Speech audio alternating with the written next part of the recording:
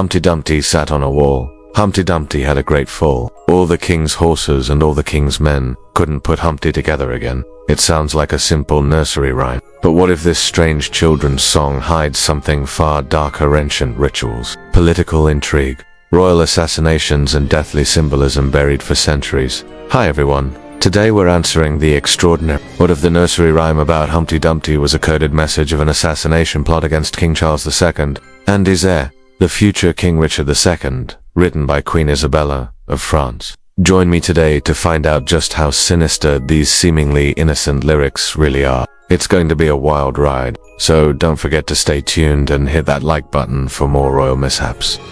So let's start at the beginning. Who is Humpty Dumpty? Well, thanks to modern historians, we know full well that Humpty Dumpty was not an egg, although that would be a fun twist. Instead, Humpty Dumpty was most likely inspired by a real person, the aforementioned King Charles II, and while there is little doubt that the inspiration for the song was the king himself, historians have long debated who exactly wrote the lyrics. As you can imagine, writing a song mocking your king was high risk. In fact, it could get you put to death. For that reason, songs like this one were often written anonymously or under a pseudonym. This particular ditty first appeared in print in a collection of songs called Poetical Relics of the 15th and 16th centuries, which were printed in 1784. The editor of this collection, Reverend William Wells, claimed that the anonymous author of the poem was someone who had been at court. Charles II was just a young prince.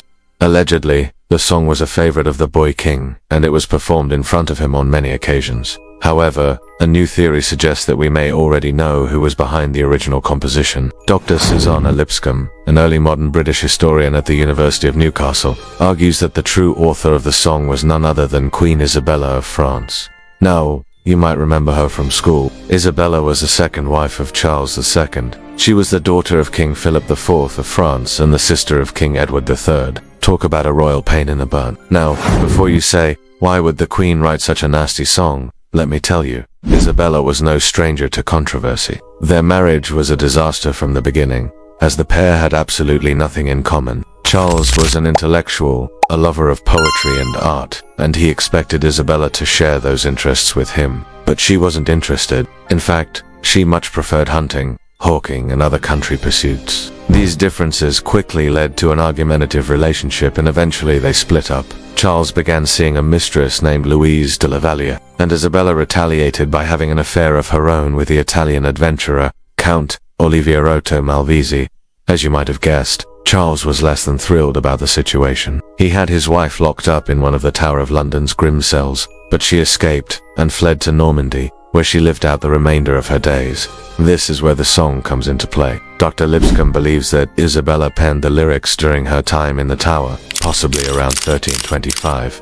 Her reasoning is twofold. First, the language used in the song fits the style of poetry that Isabella was known to favor. And second, the song contains some pretty thinly veiled insults aimed at Charles himself. In particular, the line, "All the king's horses and all the king's men could unput Humpty together again," seems to be a direct allusion to the king's inability to repair his broken marriage. That's a bold move for a queen who is currently trapped in a tower with her royal husband. But Dr. Lipscomb says that such jabs at the king were actually par for the course when it came to Isabella. One example of this can be found in a letter written by Isabella to her secret lover, in which she compares herself to a bird trapped in a cage and goes on to say, if my lord knew what I am doing now, he would greatly disapprove. But let him take his fill of anger, for in the end he will find that he cannot do anything. Once again, this seems to be a clear indication that Isabella felt trapped in her unhappy marriage. Now, despite the fact that she was only 20 years old at the time,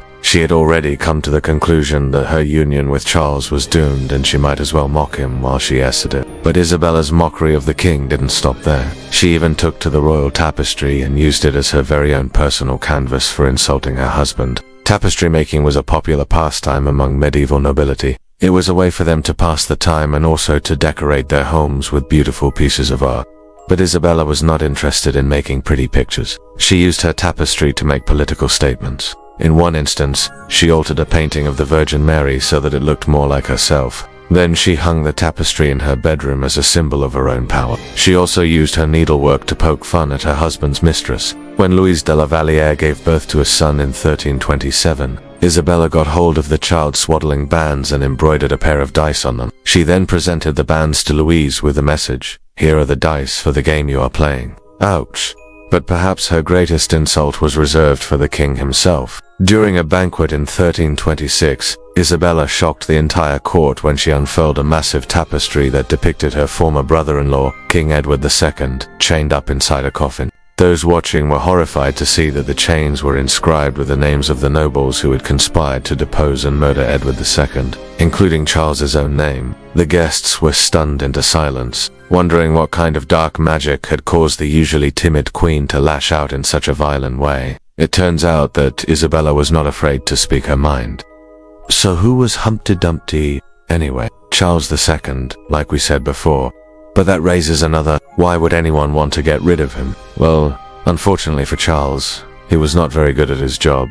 Despite his love of poetry and art, Charles II was not very cultured. In fact, he was considered a weak leader who cared more about having fun than ruling his people. While this may sound appealing in a friend or a partner, it's not what you want in a king. Charles was a notorious womanizer, and he liked to live large.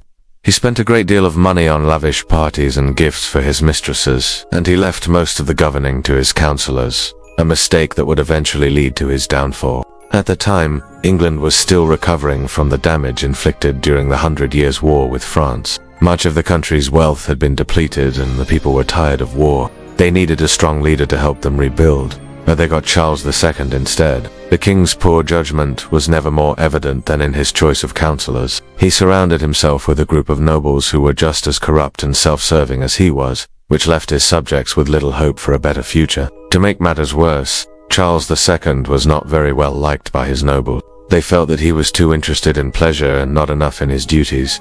Some even thought that he was unfit to rule. It wasn't long before rumors began circulating that the nobles were planning to get rid of the king. This brings us back to the infamous Nursery rhyme. Was Dr. Lipscomb onto something when she suggested that Isabella was the true author of Humpty Dumpty? There is no definitive proof that she wrote the song, but there is plenty of circumstantial evidence to support her theory. The timing of the song's composition coincides with Isabella's time in the Tower of London, and the lyrics contain several subtle jabs at Charles himself. Not to mention, Isabella had a history of insulting her husband through her art and needlework. It's not a big stretch to imagine her doing the same thing through song.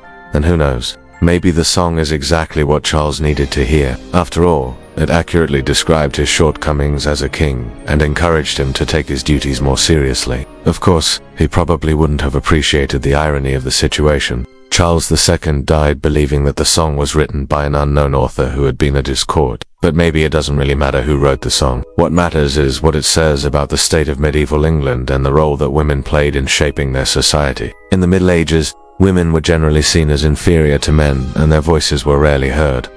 But Isabella was not like most women of her time. She was intelligent, witty, and unafraid to speak her mind. Through her art, needlework, and possibly songwriting, Isabella was able to make her voice heard and leave her mark on history. Even if you don't believe that she was the true author of Humpty Dumpty, there's no denying that she was a fascinating woman who deserves to be remembered.